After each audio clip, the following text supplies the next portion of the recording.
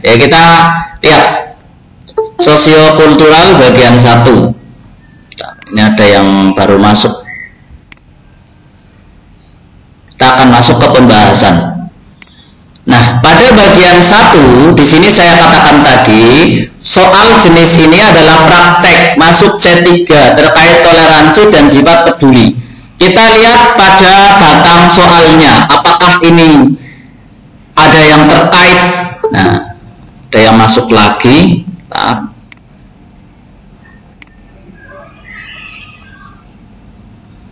Kita lihat soalnya. Di sini ada batang soal yang terakhir. Di sini kita lihat di sini. Nah, sikap menghargai perbedaan. Jadi di sini masuk ke dalam 2.1 bab toleransi. Nah, pada soal nomor 26 ini masuk batang soal toleransi. Kita baca soalnya sedikit. Indonesia memiliki 30 kelompok etnik atau suku bangsa. Kita lihat dulu ya ininya ya. Ini menampilkan sikap perilaku atau menghargai nilai-nilai perbedaan. Jadi ini sudah sesuai soalnya ya. Saya anggap sesuai. Indonesia memiliki 30 kelompok etnik atau suku bangsa. Lebih tepatnya terdapat 1.340 suku bangsa di tanah air menurut sensus BPS tahun 2010. Berdasarkan fakta ini, maka setiap masyarakat di Indonesia perlu memiliki sikap menghargai perbedaan. Kemudian di sini seperti saya katakan tadi pada 2.1 terkait toleransi atau menghargai perbedaan, berikut ini sikap menghargai perbedaan yang paling pertama harus dimiliki. Jadi di sini pertanyaannya adalah paling pertama. Paling pertama tujuannya tentunya adalah untuk membuat supaya kita dapat hidup saling berdampingan atau hidup damai. Tujuannya ini. Nah, tujuan toleransi ini. Maka karena nanti pada sosiokultural tahap penilaiannya adalah pakai skala, yaitu 5 sampai 1, maka semua jawaban A sampai E itu betul. Maka tinggal tergantung subjektivitas pada jawabannya, atau istilahnya mana jawaban yang paling tepat. Lah, untuk kasus ini, karena di Indonesia memiliki banyak etnik dan suku bangsa, maka yang pertama kali harus Bapak Ibu lakukan yaitu yang ini. Ini 5E ya. Bersikap berperilaku baik pada siapapun tanpa membeda-bedakan suku dan rasnya. Yang 4, selain ini, kalau sudah bersikap berarti sebenarnya yang 4 yang mana Bapak Ibu? Yang keempat? Yang D. Kalau yang 3, coba yang mana yang 3?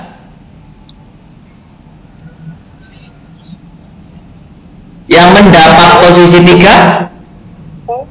Yang A? Oh, yang C.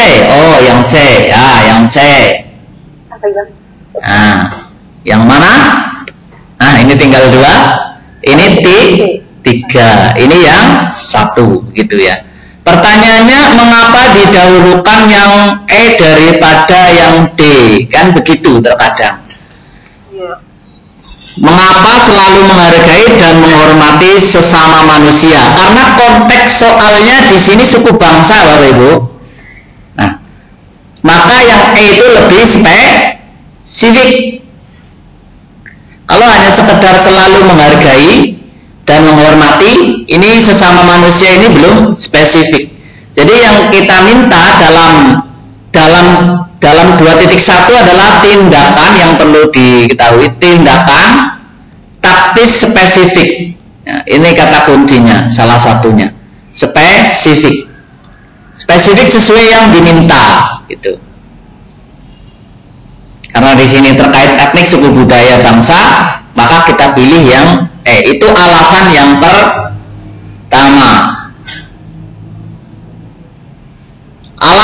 yang kedua, menghargai dan menghormati belumlah sampai pada ini, pada tahap berperilaku baik. Karena yang dimaksud berperilaku baik ini lebih mengarah mungkin pada sifat menolongnya kalau dia butuh, begitu. Kalau sekedar menghormati mungkin Bapak Ibu masih global, hanya tidak mengganggunya ketika ada beberapa perbedaan atau dia sedang melaksanakan upacara adatnya, begitu. Sampai sini ada pertanyaan dulu sebelum saya lanjutkan ke nomor 27. Bagaimana? Belum ya? Belum. Kita lihat nomor 27. Wilayah Indonesia yang luas, kondisi yang berbeda, juga menciptakan keragaman sosial budaya. Keragaman sosial budaya ini menjadi salah satu kekayaan bangsa Indonesia. Contoh tindakan awal yang mewujudkan sikap toleransi. Jadi ini masih masuk ke 2.1, yaitu bab sikap toleransi. Permintaannya adalah tindakan. Yang mana, Bapak Ibu? Sekiranya yang 5. Ini terkait keragaman budaya ya. Supaya Bapak Ibu bisa bertoleransi, bagi Bapak Ibu harus bagaimana? Bagaimana? Nah, sambil saya lihat. Oh, ini ada yang mau masuk lagi sebentar. Ya. Supaya Bapak Ibu bisa bertoleransi, yang harus dilakukan pertama kali adalah yang mana? Yang D ya. Nah ini, mencari tahu dulu dan memahami keragaman budaya bangsa Indonesia. Karena di sini kaitannya dengan mempertahankan, di sini ada dalam konten 2.1 di sini. Nah, saya akan berjelas lagi titik tolaknya. Jadi di sini selain sikap peduli, Bapak Ibu juga harus sikap toleransi. Salah satu bentuk sikap pengamalan toleran peduli adalah mempertahankan. Nah ini, di sini ada dua konten. Saya katakan tadi toleransi, dan sikap peduli. Dan pada konten yang ini, nah mempertahankan ini masuk sikap peduli. Kita bisa bertoleransi jika kita tahu dan memahami keragamannya. Kalau kita belum tahu alasan mereka, kalau kita belum tahu seni budaya mereka, kalau kita belum tahu mana-mana yang mereka anggap sakral dan mana-mana yang mereka anggap biasa saja, maka kita belum bisa bertoleransi. Secara garis besar seperti itu. Kadang ada sebuah upacara yang menurut mereka itu sakral, padahal upacaranya sederhana. Karena kita tidak tahu, maka kita terkadang abai atau menganggap itu sebuah lelucon, sehingga mereka tersinggung. Dalam hal itu Bapak Ibu sudah menampilkan sikap anti toleran. Nah, maka jawaban yang D itu menjadi jawaban yang paling tepat.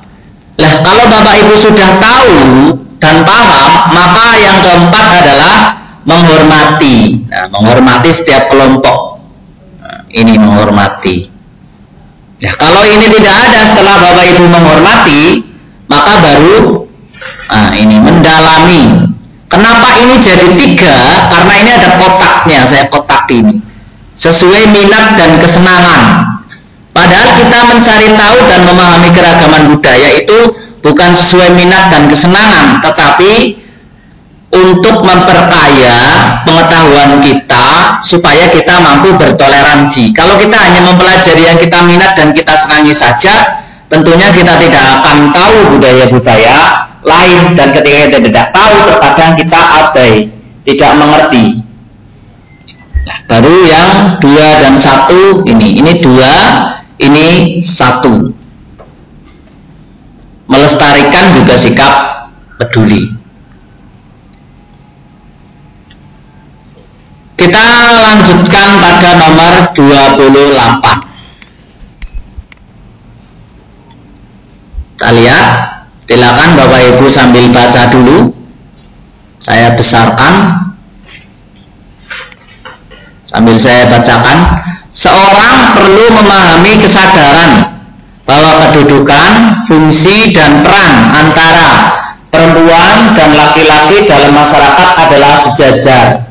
Artinya baik laki-laki maupun perempuan dapat bekerja sama membangun negara, menciptakan keseimbangan sosial. Jadi setiap manusia memiliki hak, kewajiban, tanggung jawab yang sama. Berikut ini tindakan terkait dengan sikap toleransi dalam keragaman gender. Jadi keragaman perbedaan jenis kelamin terkaitnya. Kira-kira dalam menghadapi perbedaan tersebut, cara toleransinya bagaimana? Salah satu sikapnya bagaimana Bapak Ibu? Ada yang bisa menjawab? Silakan, tidak apa-apa, salah tidak apa-apa, karena di sini scale ya, bukan salah, tapi skala. Ada yang mau mencoba menjawab?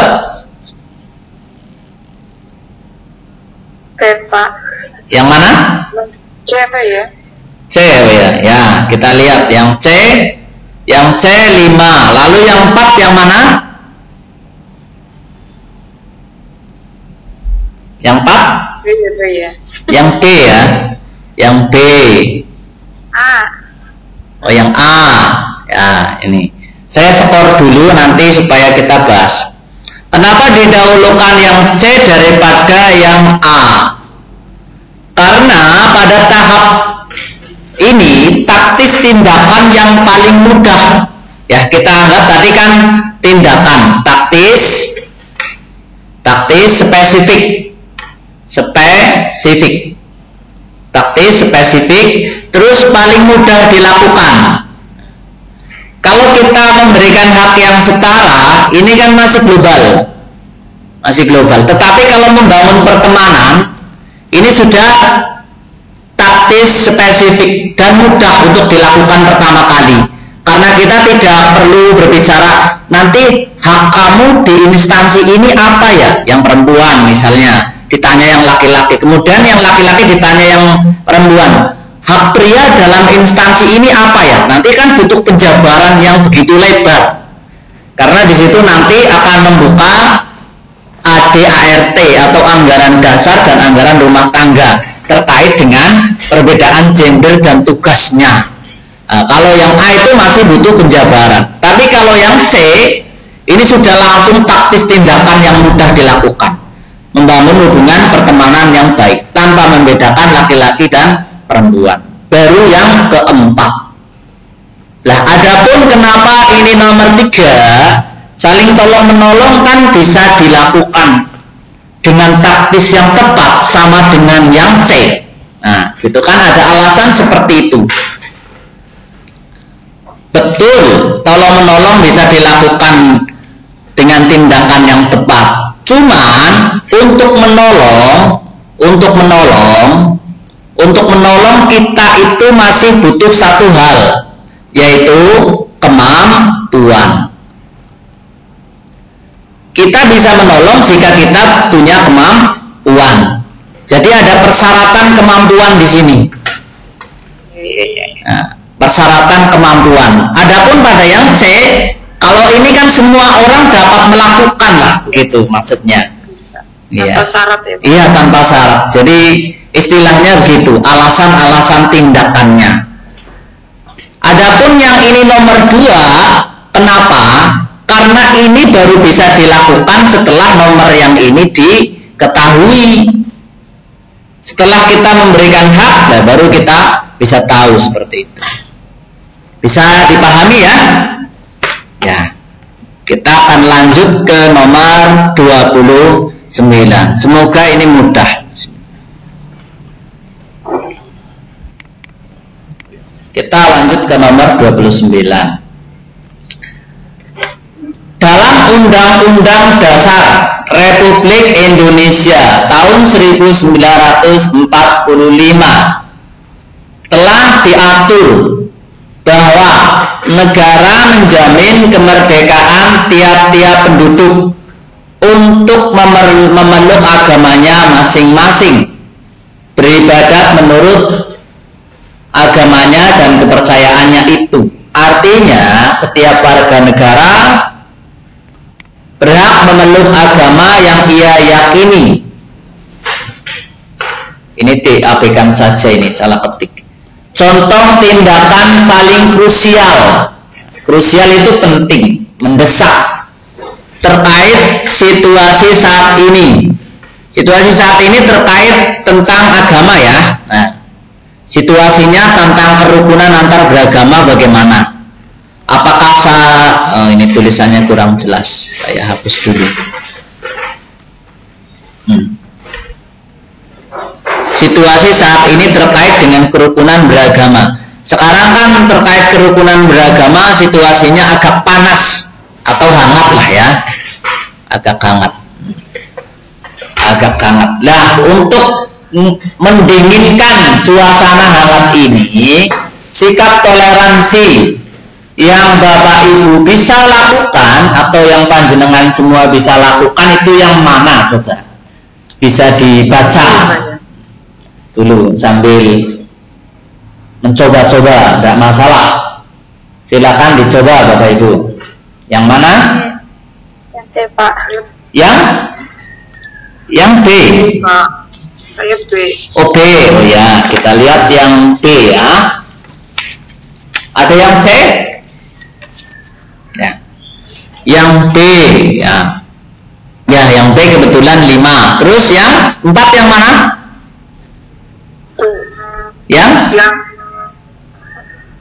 Yang C, Pak ya. Oh, yang C ya. Betul. Terus yang 3?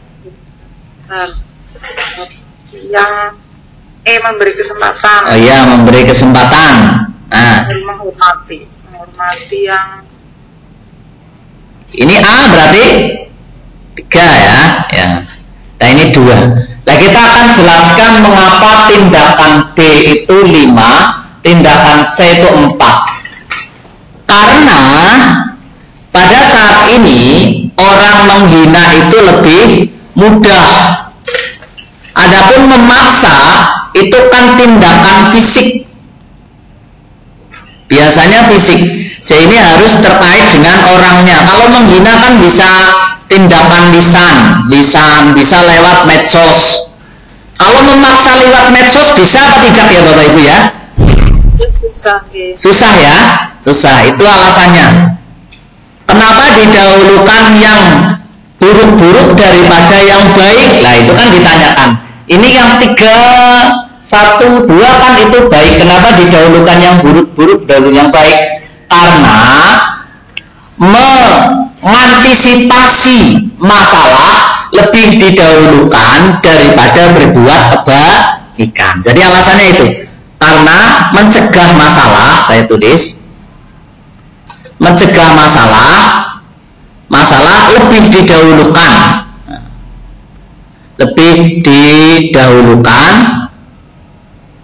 daripada berbuat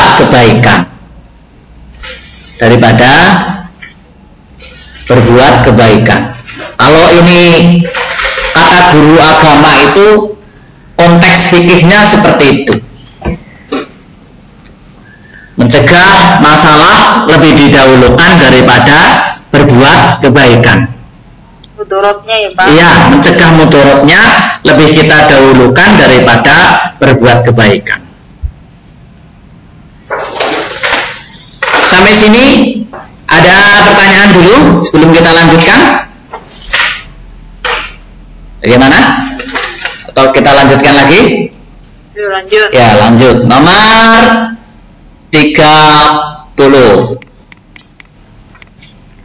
Anda bekerja pada kelompok tim dalam situasi yang setiap orang pastinya memiliki pekerjaan yang berbeda. Ada pekerjaan yang membutuhkan kecepatan tertentu dalam periode waktu tertentu. Proses kinerja dan prosedur yang dilakukan antara satu dengan yang lainnya pasti akan berbeda. Terkait permasalahan ini, maka tindakan Anda untuk membangun hubungan baik dengan rekan. Lah, ini sudah masuk kepada 2.2 Bapak Ibu. Sebelum saya membahas soal, saya akan perlihatkan lagi 2.2 itu apa. 2.2 saya ya 2.2 di sini nih.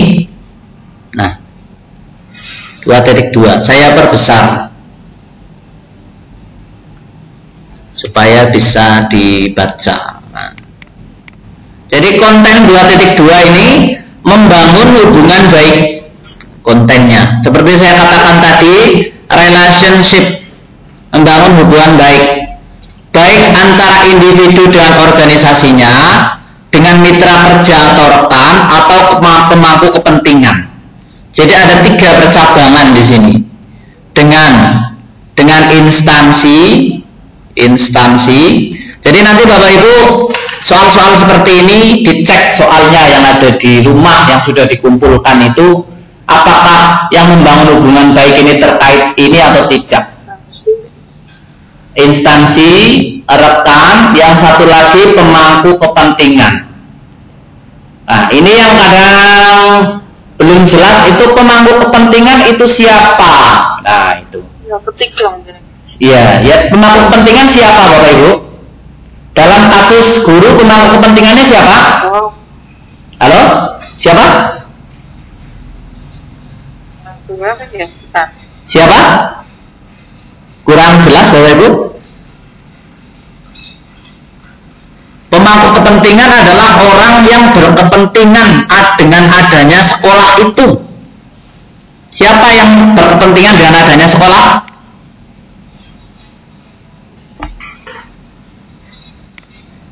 Yang butuh sekolah siapa? Orang tua apa bukan Pak? Ya, orang tua. Berarti percabangan pemangku kepentingan salah satunya adalah wali siswa. Selain wali siswa siapa? Dinas atau pemerintah. Kaitannya apa pemerintah menjadi pemangku kepentingan? Sebagai perwujudan pengamalan undang-undang ya. Karena pemerintah diberi mandat oleh undang-undang untuk menyelenggarakan pendidikan. Maka pemerintah itu butuh adanya instansi tersebut. Maka pemerintah disebut pemangku kepentingan. Jadi ada 2 di sini, wali murid, pemerintah, dan beberapa orang yang membutuhkan, misalnya yayasan atau yang lainnya, itu juga bisa disebut pemangku kepentingan. Atasan kita kalau dia memerintahkan suatu program tertentu kepada kita, maka dia juga bisa disebut pemangku kepentingan. Kata kuncinya di sini kepentingan. Nah, dan pada bab ini kita spesifik akan membahas sikap-sikap membangun hubungan baik. Kata kuncinya itu membangun hubungan baik. Kita lanjutkan ke sini. Nah, terkait permasalahan ini, tindakan yang Anda lakukan di sini soalnya kurang. Tindakan Anda dalam membangun hubungan baik dengan rekan. Ini ya, situasinya begini. Pekerjaannya beda-beda. Periode waktu menyelesaikannya juga berbeda. Kadang-kadang panjenengan sudah selesai, lah teman panjenengan masih sibuk. Nah, dalam kondisi itu panjenengan ingin ngobrol supaya hubungannya baik, tapi kenyataannya teman panjenengan itu kan masih sibuk. Kira-kira dalam kondisi seperti itu panjenengan itu supaya hubungannya tetap baik bagaimana? Apa langsung diajak ngobrol atau bagaimana? Maksud soalnya seperti itu Bapak Ibu. Bagaimana tindakannya? Yang E. Yang mana? Yang E? Yang kedua Pak E ya. Oh. Yang E, kita lihat yang E ya. Iya, Kita lihat dulu yang E. Ini yang E. Yang D? D. Ya. Yang mana? Yang D ya, yang D. Ini yang D. Maaf. Yang mana? Yang ini ya, ya C. Kalau ini 2, ini 1. Kenapa didahulukan yang C? Kan tadi begini, ya. Karena kasusnya teman panjenengan itu butuh waktu untuk menyelesaikan pekerjaannya. Kenapa tidak langsung kita bantu saja, Pak? Nah, begini kasusnya. Kadang ada teman yang sebenarnya dia menganggap dirinya memang mampu, tetapi kalau kita bantu kan kadang bisa tersinggung ya. Pernah mengalami seperti itu? Dibantu malah jadi tersinggung. Ya ada ya. Jadi belum tentu setiap orang itu butuh kita bantu, kecuali dia minta, atau kita menawarkan. Tetapi tindakan ini belum begitu spesifik, karena kadang ada beberapa orang yang kita bantu seolah-olah merasa dia diremehkan, seolah-olah dia sudah merasa mampu, tetapi panjenengan tujuannya baik membantu, tetapi ditangkapnya jadi beda. Antara ini orang sabaran. Oh dalam ini gue rampung ngurus sendiri, kadang-kadang seperti itu. Antara ini panjenengan orang sabaran. Padahal tujuan panjenengan adalah membantu murni ikhlas. Jadi yang tepat adalah menghormati waktu dan upaya yang diberikan kepada setiap anggota tim dulu. Karena tujuan terpentingnya adalah setiap pekerjaan selesai tepat waktu. Nah, jadi diusahakan jangan mengganggu teman dulu dalam kondisi itu. Setelah itu baru jangan mengganggu. Sampai sini bisa dipahami? Bisa kita lanjutkan? Ya, lanjut ya. Nomor selanjutnya, nomor 31. Di era yang serba digital sekarang ini, dalam diri Anda mempunyai dorongan untuk terkoneksi dengan rekan kerja di medsos. Nah, ini wajar ya. Jadi panjenengan ingin punya grup WA dengan teman kerjanya, ingin ngobrol-ngobrol di medsos, di Facebook begitu misalnya. Sekalipun tidak merugikan, Anda harus berhati-hati saat membangun koneksi ini, karena satu kesalahan yang Anda buat di medsos dapat memberikan kesan salah tentang Anda secara keseluruhan. Salah gawe status, Anda bisa dicap macam-macam oleh teman Anda. Kasus nyata ya.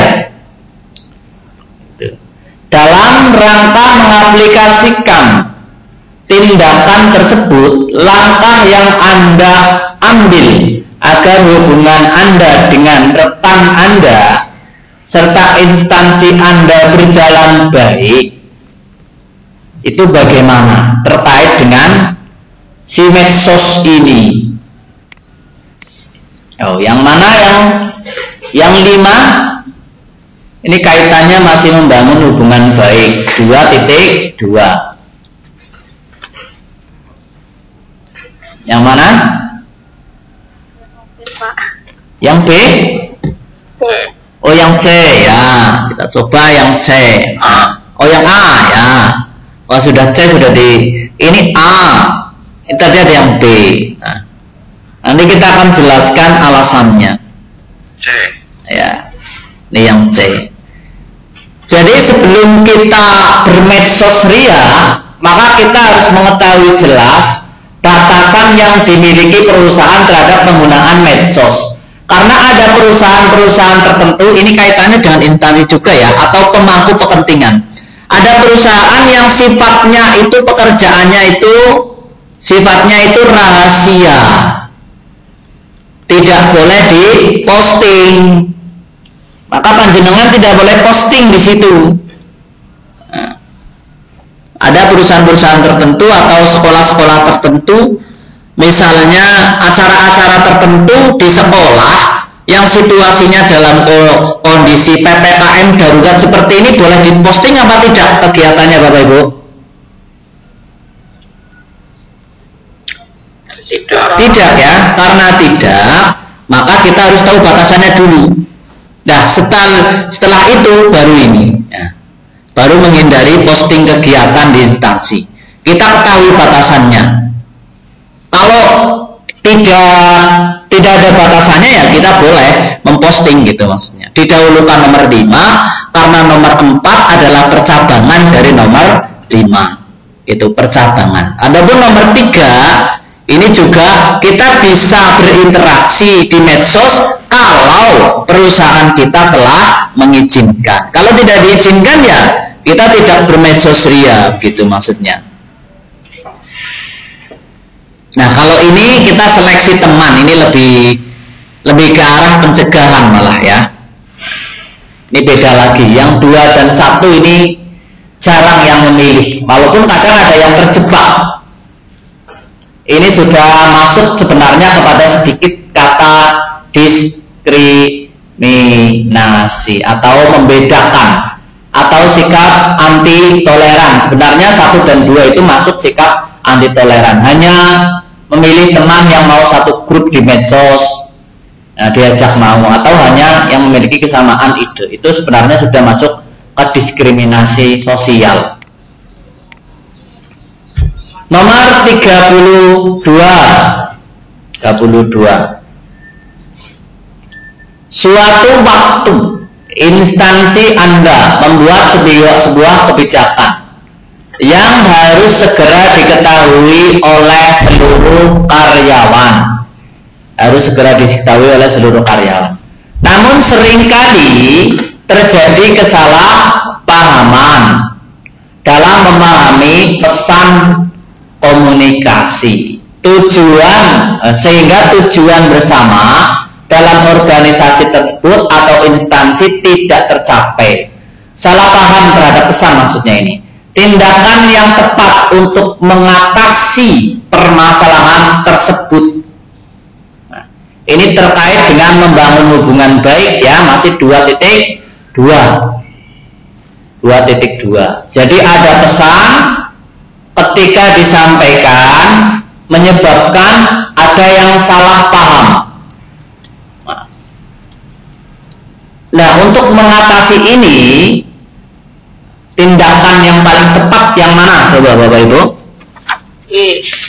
Yang B. Yang B apa yang mana? D ya. Yang D ini ya. Ya, itu D. Pak. Mana? C. Oh, C. Baik, kita lihat yang C ya. Yang C ya. Ya, ini yang C. Hah? Yang E. Yang E, oh ya, yang E. Dicoba semua ya, nggak apa-apa ya. Yang dia nggak apa-apa. Ini nggak apa-apa, dicoba semua. Nah, ini. Saya jelaskan mengapa yang A. Jadi lambat. Menyampaikan pesan menurut surat itu adalah komunikasi paling efektif, bukan yang paling cepat ya.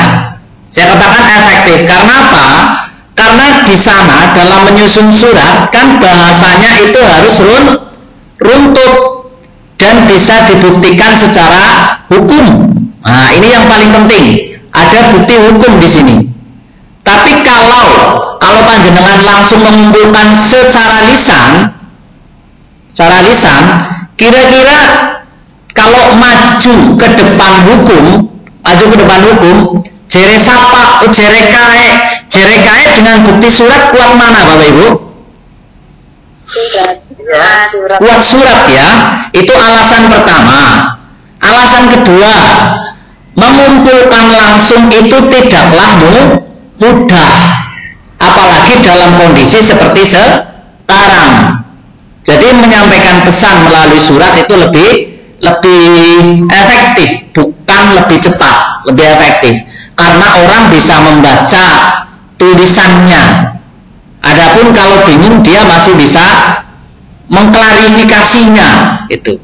Maka sebenarnya penggunaan pesan sekarang yang tidak lewat surat itu kurang sesuai alur kedinasan itu ya. Begitu. Adapun alasan nomor 4 itu tadi tidak kuat secara hukum, itu satu. Alasan yang kedua adalah karena mengumpulkan itu situasional, butuh kondisi tertentu di mana yang dikumpulkan itu siap. Adapun yang nomor kenapa ini 3, menggunakan medsos sebagai sarana cepat, tapi kadang kalau tidak bisa dipahami pesannya jadi salah paham.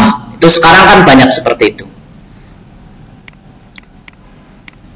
Nah, kalau menulis menggunakan telepon suara ini lebih rumit lagi, karena telepon suara itu terbatas dengan sinyal dan kuota. Wah, di telepon pedot, di telepon siji-siji lebih angel. Ada dia menulis kebijakan di papan kantor, iya nek mantap. Nek kayak siki ditulis siki kan orang anak sing maca ya, tidak ada yang baca pesan kita itu.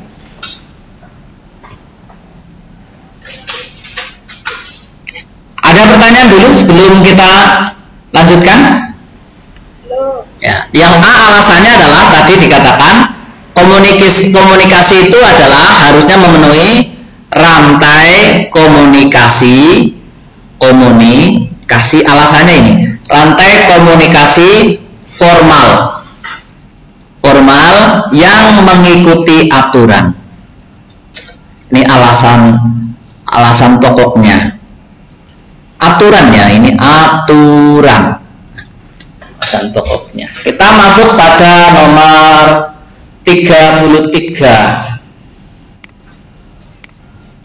Suatu waktu Anda bersama tim Anda sedang bekerja. Anda bersama tim Anda sedang bekerja, mengerjakan tugas. Anda melihat kinerja teman Anda lambat. Tindakan Anda paling tepat agar tim berjalan baik. Ini kaitannya 2.2. Membangun hubungan baik. Seperti kata saya tadi, ada beberapa kasus-kasus tertentu di atas. Membangun hubungan baik. Tindakan yang mana Bapak Ibu kira-kira yang paling tinggi? Yang D. Yang D. Yang mana? D ya, D.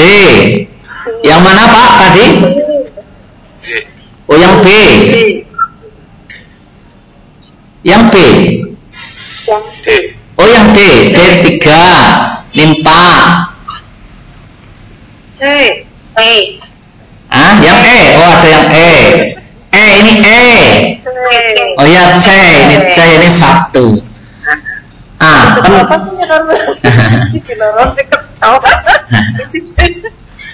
Kenapa memberikan umpan balik itu didahulukan? Umpan balik ini maksudnya di sini adalah saran atau tanya. Saran atau tanya. Kowe kan takon disit. Kowe nang apa ting golek kerja kayung males-malesan, kayung bingung. Nah, itu umpan balik. Tidak langsung kita nasihati ya. Kalau langsung kita nasihati, maka kadang jengkel kan, anaknya ngerti masalah ilmu, ya gue kan gak bisa udah kayak gue. Nah, ya betul. Ya, kita tanya dulu. Nah, kurang sehat. ya apa kurang sehat? Mengapa? Itu umpan balik seperti itu namanya. Nah, kalau itu mengapa menasehati lebih diakhirkan daripada nomor 4 jadi yang B? Maka karena yang B itu kita memberitahu ini tugas kamu ini. Oh, tugas kamu masih banyak gitu. Nah, setelah Anda kasih tanyakan, nah baru tugas kamu ditunjukkan, tugas kamu 1, 2, 3. Nah, baru setelah itu baru kita beri nasihat. Kalau kamu tidak bisa atau belum sanggup, nanti silakan minta bantuan kepada teman yang lain. Enak alurnya gitu. Alurnya seperti itu. Tanya dulu, baru nanti setelah tanya baru kita tunjukkan pekerjaannya mana saja gitu. Menasehati baru nomor 3. Kita lanjutkan ya.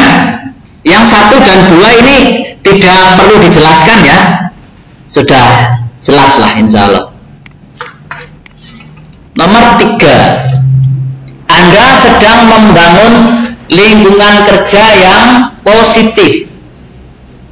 Anda sedang membangun lingkungan kerja yang positif dengan tujuan membangun hubungan akrab dengan teman. Berarti masih masuk 2.2. Tindakan pertama yang Anda lakukan adalah, sebentar saya cek dulu. Yang mana? Oh yang C. Oh yang C ya, baik. Oh ya C ya. Yang C, kita lihat yang C. Iya, yang C. Yang E. Ya. Terus yang 4 yang mana? Membantu apa ya? Membantu ya, siap membantu. Ntar ada yang masuk. Ada yang masuk ini. Oh, ini banyak yang masuk, maaf.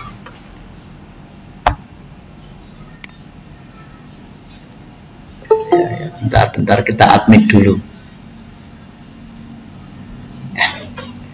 Gini ya, kita tindakan itu seperti kita katakan di awal, tindakan itu harusnya taktis.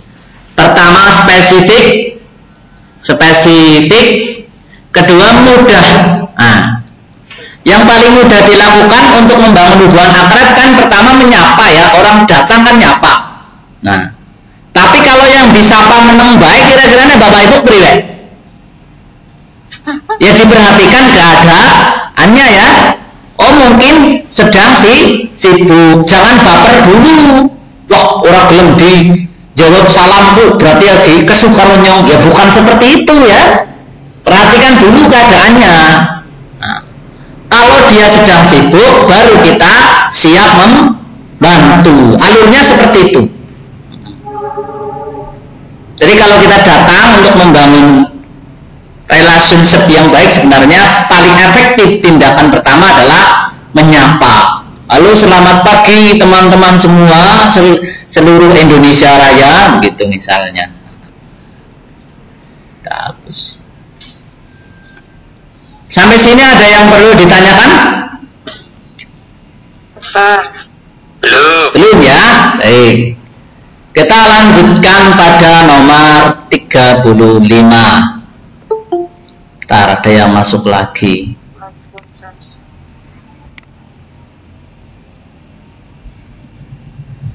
Kita lanjutkan.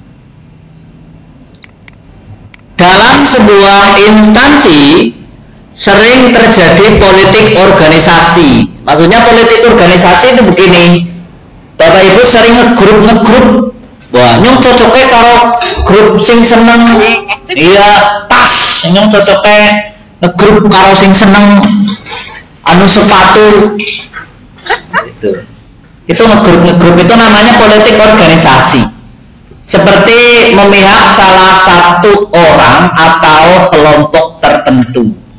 Sehingga seseorang bergosip dan menyebarkan berita bohong. Wah, karena harus ketemu kelompok casing klub biasanya langsung gosip gitu ya. Digosok makin sip. Ini kaitannya dengan 2 Titik 2, membangun hubungan baik.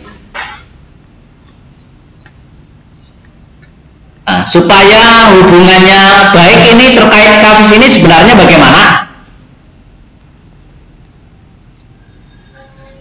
Halo, ada yang bisa menjawab? Yang mana?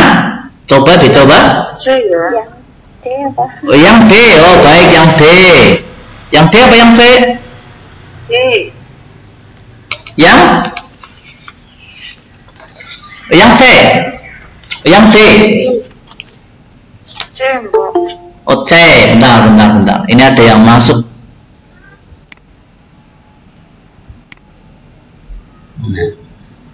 Yang C ini ya. Ini yang C. C. Yang A.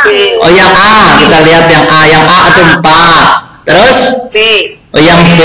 Yang B ini 3. D. Oh, yang D ini 5.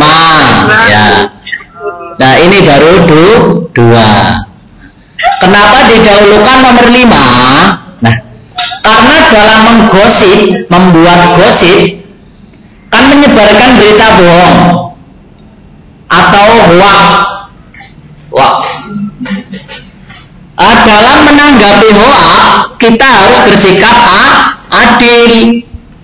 Adil itu maksudnya kita harus menerima keterangan kedua belah pihak. Bisa jadi yang digosipkan itu salah karena yang digosipkan itu belum memberi klarifikasi. Kita harus beri kesempatan dia itu untuk klarifikasi dulu. Perlakuan adil seperti itu. Nah, setelah kita tahu alasannya, nah baru kita timbang betul apa salah gitu. Jangan langsung dihukumi. Ada yang masuk lagi, bentar. Nah, itu percabangan dari berlaku adil. Nah, kemudian setelah seperti itu, tindakan lainnya membuat aturan sadar beretika di instansi. Aturan itu bisa dibuat jika semua orang setuju. Kalau seseorang dilarang bergosip itu kan belum tentu semua orang mau dan belum tentu semua orang sadar gitu.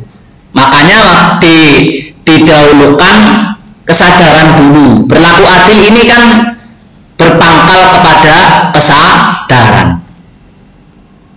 Adapun menasihati teman yang sedang bergosip ini terkadang membawa bencana gitu ya. Kan tindakan ini terkadang bisa membawa bencana. Kadang panjenengan bisa disebut yang macam-macam. Maka lebih baik tindakan taktisnya memang berlaku adil terhadap setiap orang. Tidak usah menggosip. Kalau memang akan membicarakan orang, kita harus berbicara adil. Timbang sisi alasannya dan timbang yang masalah yang sedang dibicarakan. Ada pertanyaan dulu? Belum? Kita lanjut ya. Masih bisa terdengar suara saya? Masih, Pak. Masih ya. Ya. Kita lanjutkan nomor 36. Dalam rangka memenuhi program yang diberikan pemangku kepentingan kepada instansi Anda, maka tindakan ini kurang dalam ya, tindakan dalam rangka menjaga kepercayaan pemangku kepentingan tersebut, yaitu ini masih 2.2, menjaga hubungan baik tetapi dengan pemangku kepentingan. Bagaimana? Ini jawaban yang paling tepat. Yang E. Oh, yang E ya. Yang E. C. Yang C ya, yang C. B. Oh, yang B. Yang D ya. Yang D. Nah, ini yang A. Kenapa justru aneh sekali yang apa? Kan begitu kan jawabannya, kok aneh sekali kan, iya kan?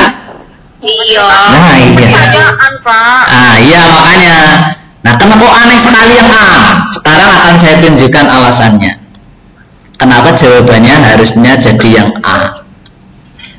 Lihat di sini, kita akan kotaki program pemangku kepentingan, ya, kepercayaan. Jadi yang terpenting dalam program itu apa, Bapak Ibu? Program yang terpenting adalah terrealisasi atau realisasinya. Kalau terrealisasi, pemangku kepentingan itu baru puas. Setelah puas, dia akan memberi kepercayaan. Lah program supaya terrealisasi, biasanya anakan-anakan program kan sudah dibagi-bagi ya kepada guru-gurunya, begitu ya. Nah, ketika sudah dibagi-bagi, kalau tugas yang diampu oleh masing-masing anggota dalam instansi tersebut tidak berjalan dengan baik, satu saja program tidak berjalan dengan baik, maka keseluruhan program kadang oleh pemangku kepentingan dianggap cacat. Ketika cacat, maka akan berkuranglah kepercayaannya. Nah, begitu. Ya. Jadi di sini ya, yang A ya, yang mana tadi? Yang tadi tanya yang jawabannya 5 itu yang mana? Nomor berapa?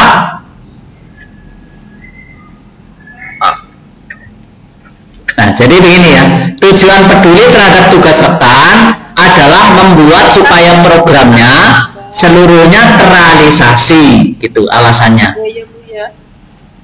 Adapun harus siap dengan target yang diberikan. Kalau Anda, ini kan orang bercabang-cabang, ada yang sanggup, ada yang tidak, begitu. Kalau orang yang tidak sanggup, maka solusinya bagaimana? Anda diberi tugas sanggup, teman Anda diberi tugas tidak sanggup, jadinya bagaimana? Ada kejadian hal seperti itu? Ada dua tugas, satu dipercayakan kepada panjenengan sanggup, lalu satu lagi dipercayakan kepada teman Anda tidak sanggup, jadinya bagaimana? Tugasnya beda, orangnya beda, jadinya bagaimana? Halo Bapak Ibu? Yes. Bagaimana? Ini ada dua tugas, ini ada dua orang, A dan B. A teman Anda, B panjenengan. Tugas pertama diberikan pada Anda, tugas kedua diberikan kepada teman Anda. Anda selalu siap, lalu teman Anda tidak siap, panjenengan bagaimana? Tidak terrealisasi. Membantu, begitu maksud saya. Karena membantu adalah percabangan dari sikap peduli, akhirnya juga ini kembali ke sini lagi, gitu. Maksud nggak kenapa didahulukan ini ya? Gitu. Ya. Akhirnya kalau ini semua kadang-kadang ada yang siap, ada yang tidak. Karena tidak siap berarti kembali lagi ke yang A lagi. Adapun menanyakan rekan kerja tentang kinerja Anda, ini kan meminta umpan balik. Ini beda, lebih rendah daripada yang C. Kita lanjutkan ke yang selanjutnya, nomor 37. Ya. Orang Jawa tidak mutlak disukai oleh semua orang di Indonesia. Di salah satu daerah ada orang yang kurang bisa menerima orang Jawa. Mungkin dikatakan orang Jawa begini, tidak boleh menikah dengan orang Jawa. Di suku tertentu ada seperti itu. Ada pula yang bilang kalau suku tertentu tidak menyukai orang Jawa. Jika Anda sebagai orang Jawa, maka tindakan yang tepat menghadapi permasalahan tersebut. Ini kasusnya adalah 2.3. Kita lihat dulu 2.3 itu apa ya. Kita akan kembali ke Permenpan nomor 38-nya. Belum kita lanjutkan. Dalam Permen PAN nomor 38 2.3 ini bicara tentang pengendalian diri. Jadi Bapak Ibu harus hati-hati dalam soal ini. Konten soalnya adalah pengendalian diri. Ini. Jadi konten 2.3 ini pengendalian diri. Pengendalian diri. Dalam pengendalian diri bercabang menjadi sikap tenang dan tidak emosi. Tidak emosi atau sabar. Dalam hal ini sabar. Kalau terjadi perbedaan latar belakang, agama, suku, gender, sosial ekonomi atau preferensi politik. Kita lihat di sini. Ini suku Jawa ini dijustifikasi atau dihukumi tertentu oleh salah seseorang dari suku lain. Nah, ketika terjadi seperti itu, ini namanya adalah stereotip biasanya ya. Anda sebagai orang Jawa itu harus bagaimana? Ya, silakan. Yang mana? Coba. Yang B, ya. Oh D.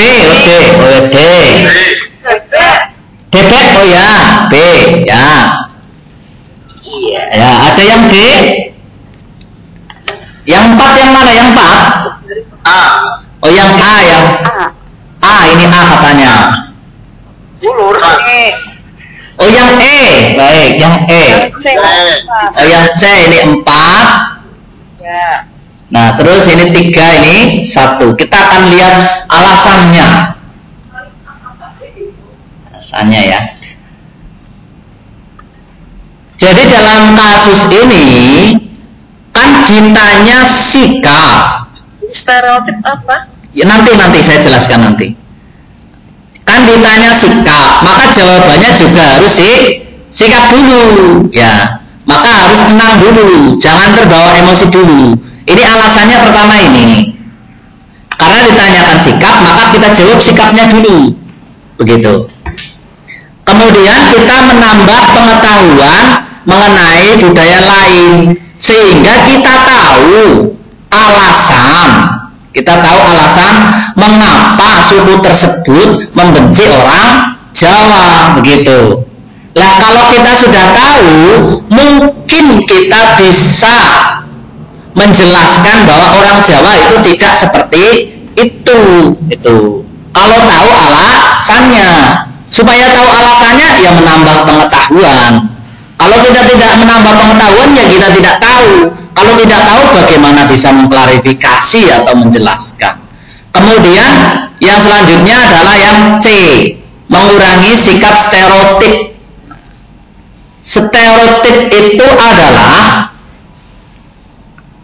stereotip ya.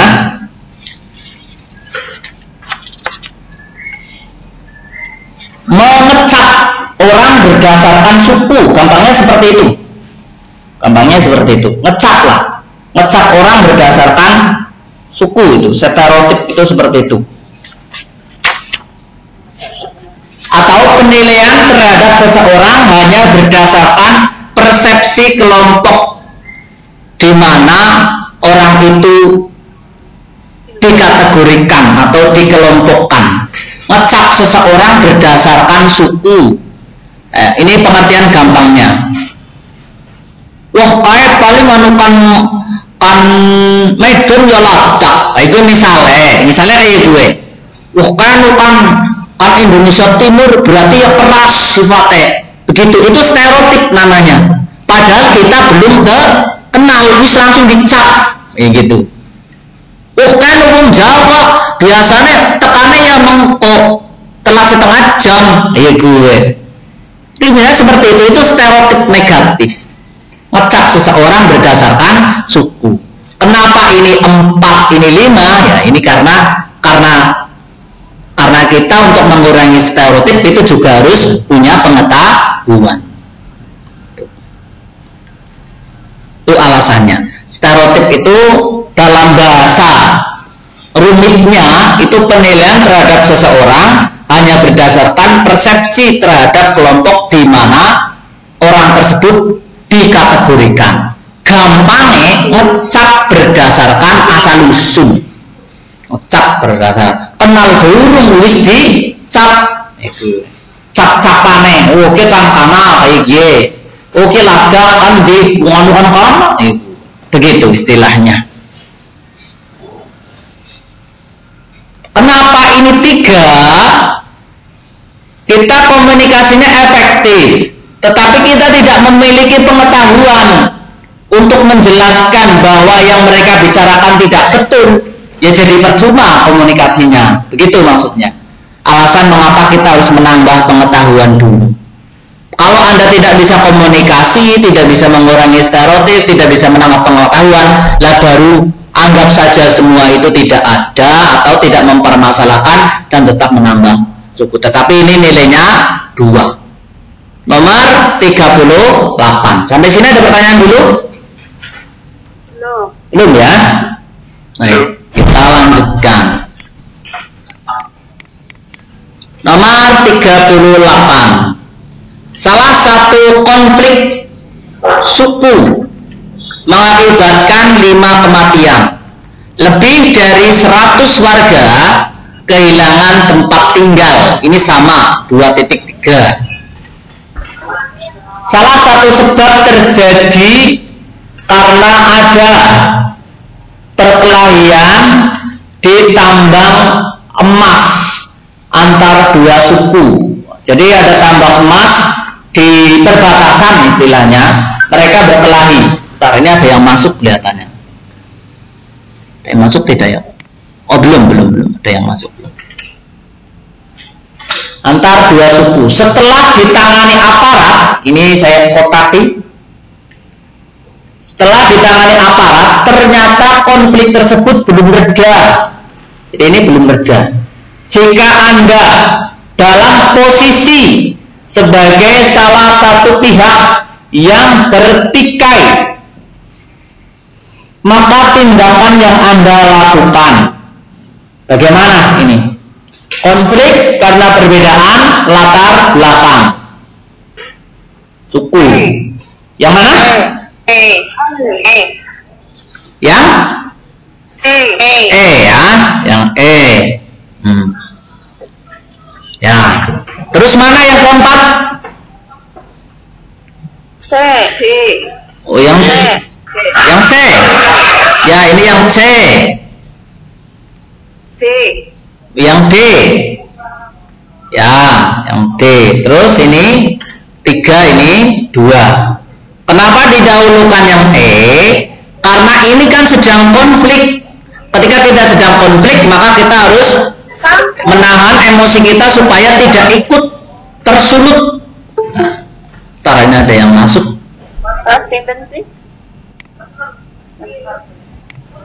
Ya, kita lanjutkan. Nah, setelah emosi kita agak reda, baru kita mengupayakan mencari kesepakatan antar 2 suku untuk memenuhi kebutuhan. Karena pada dasarnya konflik ini terjadi karena konflik kebutuhan. Adapun setelah kalau tidak ada ini, maka yang keempat adalah ini, bersikap tenang, mengupayakan identifikasi. Identifikasi kan mencari kebutuhan 2 kelompok yang tidak terpenuhi. Oh dia sebagai konflik sebab mereka tidak bisa memenuhi kebutuhan pokok. Tetapi tindakan ini kalau mengidentifikasikan rata-rata masih diam di dalam diri, dia belum action. Lah yang E itu menjadi 5 karena dia sudah action. Ada tindakan taktisnya, ada mencari kesepakatan. Kalau ini masih berada di dalam diri. Kenapa ini 3? Karena ini sudah ditangani pemerintah, sudah ditangani. Kalau dipelaporkan lagi ya bisa, cuman kan ini kasusnya memang sudah ditangani tetapi masih belum reda. Tindakan paling buruk kita blokade. Nah ini tindakan paling buruk, dibatasi pakai TNI atau pakai apa. Kalau ini belum jelas, masih ngambang, yang C itu ngambang. Jadi dalam sosiokultural, saya katakan lagi, saya ulang, tindakannya itu harus taktis, spesifik dan mudah atau paling cepat. Yang paling cepat untuk mengatasi masalah, taktis, spesifik dan mudah. Itu kata kuncinya, tindakannya nanti yang dipilih. Kita lanjutkan ke nomor 39. Saya hapus dulu.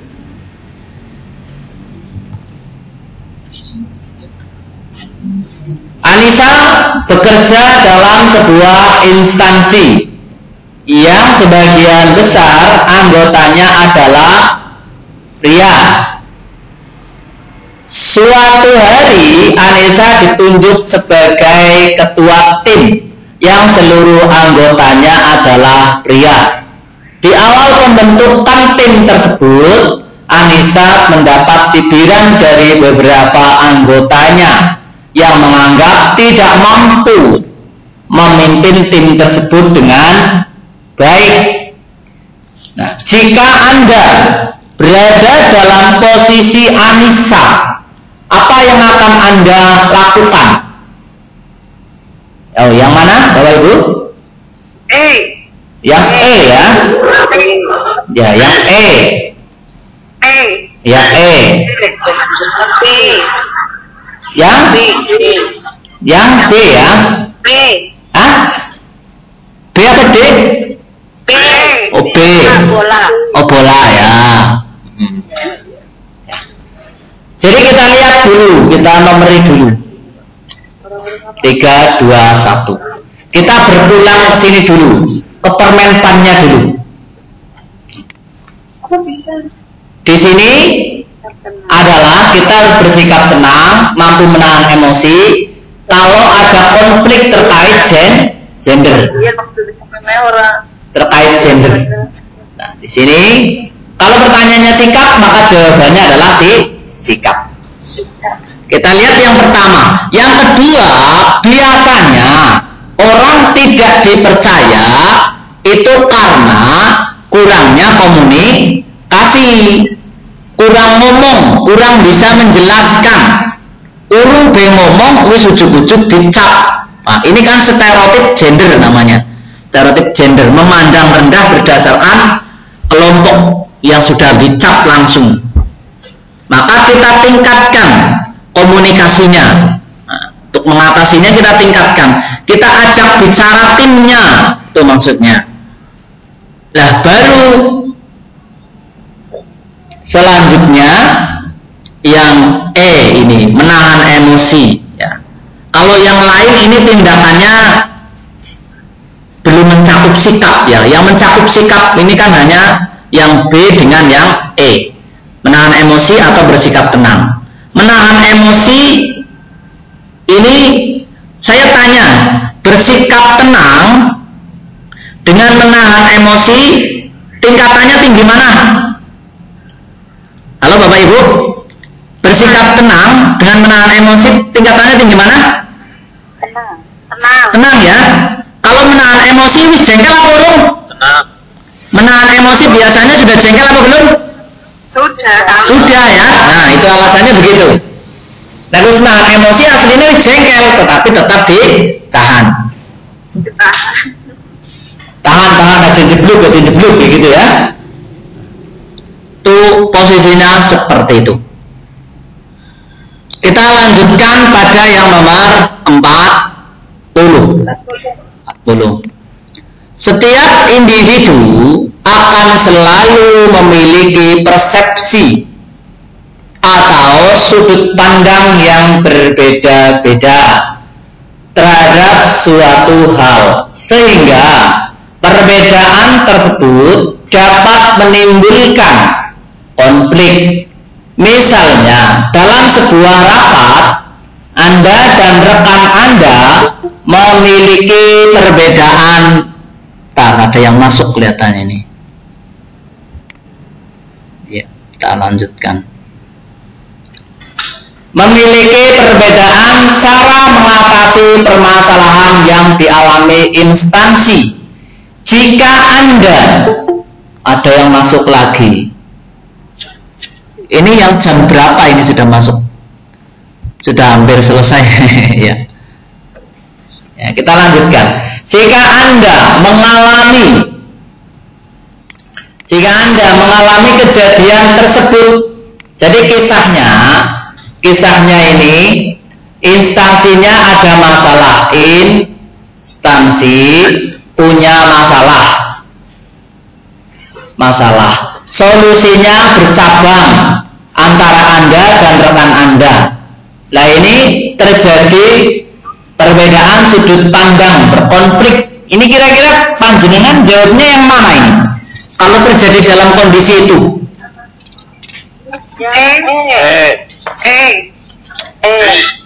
Yang ya.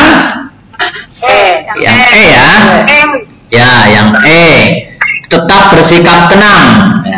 Ya. Lalu selanjutnya menahan emosi, ya, walaupun jengkel tetap berusaha membangun komunikasi. Ya. Lalu baru yang ini. Yang B dua. Satu memaafkan. Memaafkan teman setelah berkonflik. Wah, kita kan rampungnya bukapan ya. Rampungnya konflik kan bukapan. Nek ora rampung telung dina, nah kan repot. Itu maksudnya. Kan permasalahannya harus diselesaikan saat itu juga. Maka taktisnya ya kita tenang, lalu kita cari kesepakatannya. Kalau tidak ketemu kesepakatannya, ya tahan emosinya, jangan padu. Nah, terus kita klarifikasi, membangun komunikasi ini baiknya bagaimana. Oh, ternyata padune merga niki nang dalan mobilnya senggolan misalnya, ya, baru kita ajak perpisahan. Oh, ini perbedaan pendapatnya hanya sekedar karena tadi jengkel. Oke, amran apa-apa, sementing beda nih. Nah, itu baru nomor 3. Itu urutan taktis tindakannya. Bisa kita lanjutkan? Halo, Bapak Ibu? Ada yang mau tanya dulu atau kita lanjutkan? Lanjut ya. Lanjut. Nomor 41. Secara agama, kelompok Rohingya berbeda dengan penduduk asli Myanmar. Ini kaitan 2.3 terkait dengan konflik perbedaan latar belakang atau agama yang mayoritas Hindu, sedangkan etnis suku mereka adalah orang-orang keturunan India dan Cina. Agamanya Islam ya. Mereka sebagai pendatang baru dianggap akan mengganggu kepentingan penduduk asli. Atas dasar ini saya kotaki permasalahannya di sini. Nah, atas dasar kedaulatan negara mereka. Karena sebab di atas, maka etnis Rohingya mengalami diskriminasi. Jika Anda dalam posisi sebagai etnis Rohingya, maka sikap yang Anda ambil bagaimana? Bagaimana Bapak Ibu? Yang C. Yang C. Yang C ya, yang C. Ya. Pak. Yang 5 yang E. D malah. Ya. Yang D. Ya, yang D gitu ya. Ya. Oh, gimana, Bos? Kita lihat alasannya. Kira-kira dalam kondisi status Rohingya itu bisa tenang apa tidak kenyataannya dalam kasus Rohingya? Bisa tenang tidak dalam berita di film? Tidak kan? Tidak. Mereka tidak bisa di lokasinya, mereka kan diusir begitu kan? Ya, maka karena mereka diusir, mereka harus sabar. Lah, terus setelah itu mereka berupaya mengupayakan dialog dengan warga asli bahwa mereka itu tidak akan, ibaratnya karena Islam istilahnya tidak akan melarang yang beragama Hindu untuk melakukan ibadahnya, atau tidak akan merebut sebagian wilayah mereka. Itu Jadi sabar mengupayakan dialog, karena yang membunuh kan dibunuh ya, kisahnya ya, ada yang dibunuh ya. Iya, ada yang dibunuh, ada yang itu kan, karena mereka memang komunikasinya dengan warga asli masih alot. Warga asli itu kurang toleran. Nah, maka kita dialog dulu. Adapun untuk tenang dan mengupayakan kesepakatan agar kebutuhan identitasnya diakui, ini kan tatarannya tataran negara. Tataran negara, kebutuhan identitasnya, komunikasinya tidak bisa dilakukan secara langsung. Karena ini kaitannya dengan pemerintah. Supaya diskriminasi ini langsung selesai, kan kita harus taktis tindakan ke pelaku langsung dulu. Jadi pelaku langsungnya kan warga. Maka kita selesaikan dengan warga dulu, baru dengan pemerintah kita minta kejelasan identitas. Nah, kalau itu semua sudah tidak bisa tertembus, dengan warga asli komunikasi sudah tidak jalan, mengajukan identitas ke pemerintah tidak jalan, baru kita mencari mediasi yang bukan berasal dari warga asli dan bukan juga berasal dari pemerintah. Misalnya lembaga-lembaga internasional yang berwenang. Jadi mediasi itu langkah ketiga setelah langkah ke-1 dialog gagal, meminta kesepakatan dengan kebutuhan identitas pada pemerintah gagal, baru kita nyari bantuan mediasi. Itu. Adapun yang ini tindakan dalam posisi aman, dalam kondisi aman. Kalau yang ini, yang satu ini tidak berdaya, sudah tidak berdaya melakukan apapun. Kan pada posisi itu kita masih bisa memiliki daya dan upaya. Itu begitu. Nomor 42. Menjelang pemilihan. Biasanya ada upaya memanfaatkan sentimen mayoritas. Ini kasus nyata, sering terjadi. Menekan minoritas melalui cara-cara kekerasan. Permainan itu ditunjukkan untuk memperoleh simpati dari mayoritas. Saya tidak usah kisahkan ceritanya ya, Bapak Ibu pasti sudah sering menyaksikan di lingkungan Bapak Ibu. Baik, bentar, ada yang mau masuk.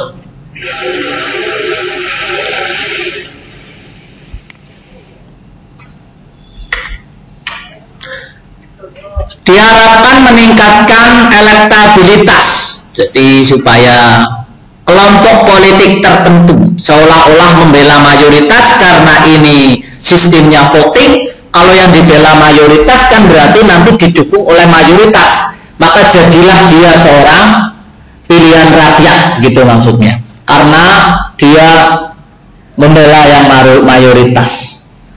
Jika Anda berada dalam kelompok minoritas tersebut, Anda dalam posisi minoritas, mengalami perlakuan tersebut, maka sikap Anda bagaimana? C. Oh, C. Kalau ini E.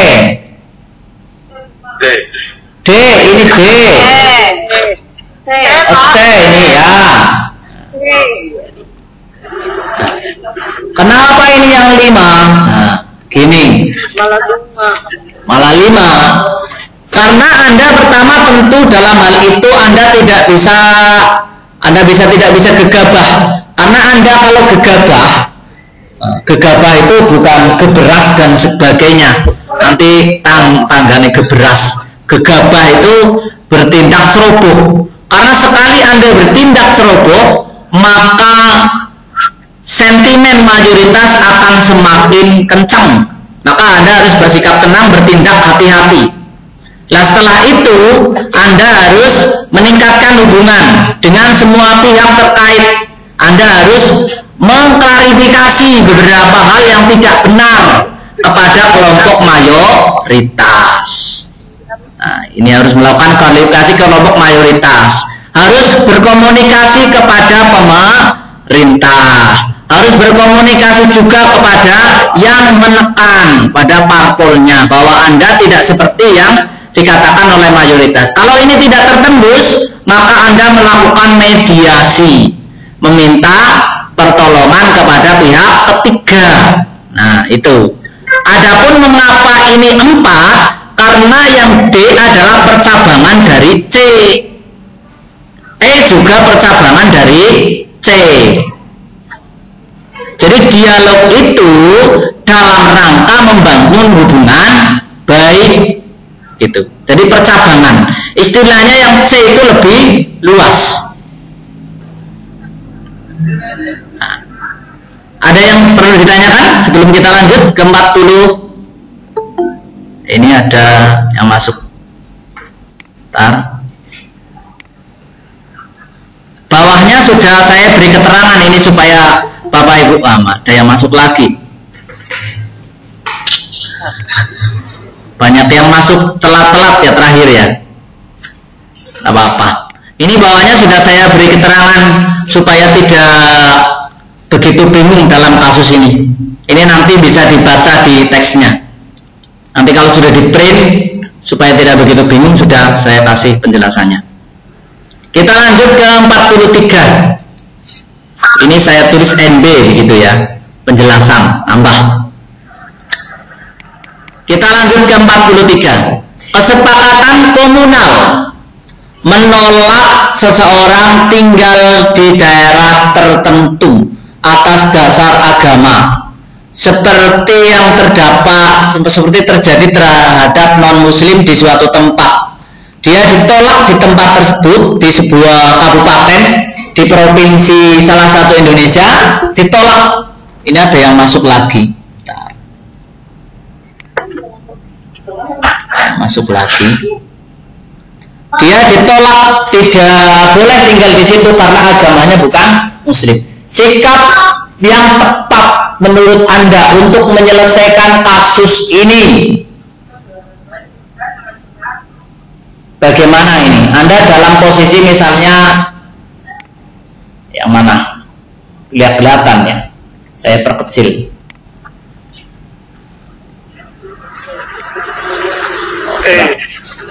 Yang mana? Yang E. Yang E ya. Ya baik, kita lihat yang E. Yang E ini. Ya. Yang mana? Yang B ya. Oh yang A. Baik, kita coba yang A. Ke atas yang A. Ini A, ya. Ini B. Apalagi? Ya udah, kita coba semua ya. Ya. Karena apa? Karena biasanya ini catatannya di sini Bapak Ibu. Ada kesepakatan komunal. Mana ya? Kesepakatan komunal. Yang melanggar aturan pemerintah. Iya. Kesepakatan komunal ini kan berarti dia merusak Undang-Undang Nomor 29 ayat 1 dan 2. Nah, berarti kalau pemerintah setuju dalam hal ini kan berarti ini pemerintah setempat ya. Nanti Bapak Ibu cari kasusnya. Ini kasusnya ada. Tenar ini betul. Cuman saya sembunyikan tempatnya. Ini kasusnya di sana itu pemerintahnya itu abai, membiarkan. Karena pemerintahnya membiarkan berarti dia melanggar Undang-Undang Nomor 29 ayat 1 dan ayat 2 dan pasal 28. Tapi sekarang sudah dicabut itu larangannya karena memang bertentangan dengan undang-undang. Karena pemerintahnya biasanya AB, ini kan kesepakatan komunal, maka kita ingatkan pemerintahnya dulu agar konsisten. Terutama pemerintah desa, karena ini biasanya kesepakatan komunal kan tingkat paling rendah ini desa. Mengingatkan tentang mewujudkan asas kebinekaan. Nah, baru nomor 4. Setelah kita tahu undang-undangnya, kita ingatkan secara konsisten, baru membuka. Kalau tidak ada aturannya, ya kita buat, gitu maksudnya. Kita buat. Nah, baru ini nomor 3 ini kita bawa ke forum kerukunan umat beragama. Kita bawa pun kerukunan umat beragama, kalau pemerintahnya, pempendanya itu tidak konsisten, maka percuma, karena yang bertugas menangani secara utuh kasus ini sebenarnya adalah Pemda, karena ini kesepakatan komunal, sekelompok daerah atau desa, atau bahkan sekupnya ini kelihatannya kecamatan ini. Kasusnya ada, di berita ini terkenal. Ada pertanyaan dulu sebelum kita lanjutkan? Belum ya? 43. Sekelompok minoritas agama tertentu berada di wilayah Anda. Kemudian karena sesuatu hal terjadilah larangan beribadah menggunakan tempat ibadah oleh masyarakat mayoritas. Dalam hal ini bagaimana sikap Anda? Karena Anda berada di dalam kelompok mayoritas. Jadi sikap mayoritas terhadap minoritas. Sikap panjenengan bagaimana? C. Yang B. Yang C. Oh, C ya. C ada yang D. Baik, kita lihat yang C dulu. C-nya segini. D. Oh, D ya. Terus mana lagi? A. A, baik, yang A. Ya. Yang mana yang 4? B apa E? B. Ya, yang E. 4-1. Jadi ketika Anda berada dalam posisi mayoritas, maka Anda harus bersikap toleran. Kalau konfliknya tidak selesai, ini kasus nyata. Cuman nama-nama tempatnya saya samarkan. Ini terjadi. Nanti Bapak Ibu bisa ketik di Google pelarangan beribadah di daerah tertentu di Indonesia. Kasus tahun kemarin atau kemarin ini ada, cuman saya samarkan. Kalau ini tidak selesai, masyarakatnya tidak bisa diajak toleran, maka langkahnya panjenengan nyari pihak ketiga dari luar, bukan dari mayoritas, bukan dari minoritas, tapi fasilitator dari luar. Namanya mediator, penengah istilahnya, penengah. Terakhir ini memang langkahnya adalah melaporkan pada pihak berwajib, tapi kan dalam kasus ini panjenengan sudah dikatakan tidak bisa berupaya untuk memperbaiki keadaan. Nah, kita lanjutkan ke nomor terakhir untuk ini. Sebuah sekolah swasta memiliki pendanaan minim, memiliki fasilitas yang cukup memprihatinkan. Kondisi kelas jauh dari standar. Banyak dari wali murid yang mengeluhkan kondisi bangunan sekolah yang kurang layak, yang kemudian mereka memutuskan untuk tidak lagi menitipkan putra-putri mereka di sekolah tersebut. Jika Anda salah satu guru tersebut di sekolah itu, bagaimana sikap yang akan Anda ambil? Ini kasus membangun hubungan baik dengan pemangku kepentingan. Bagaimana yang mana? Kepentingan yang E. Ya. Kita lihat yang E. Ya, ini. Kita bangun komunikasinya ya, karena kasusnya adalah membangun hubungan baik. Kata kuncinya yaitu memang membangun komunikasi. Yang 4 yang mana? Yang D. Yang D ya. Kita tanya-tanya dulu mekanismenya. Nah, baru setelah tanya-tanya baru kita bisa mengajukan. Nah, ini 2, ini 1. Kita lihat bawahnya habis Bapak Ibu. Ya, habis. Ntar saya simpan dulu.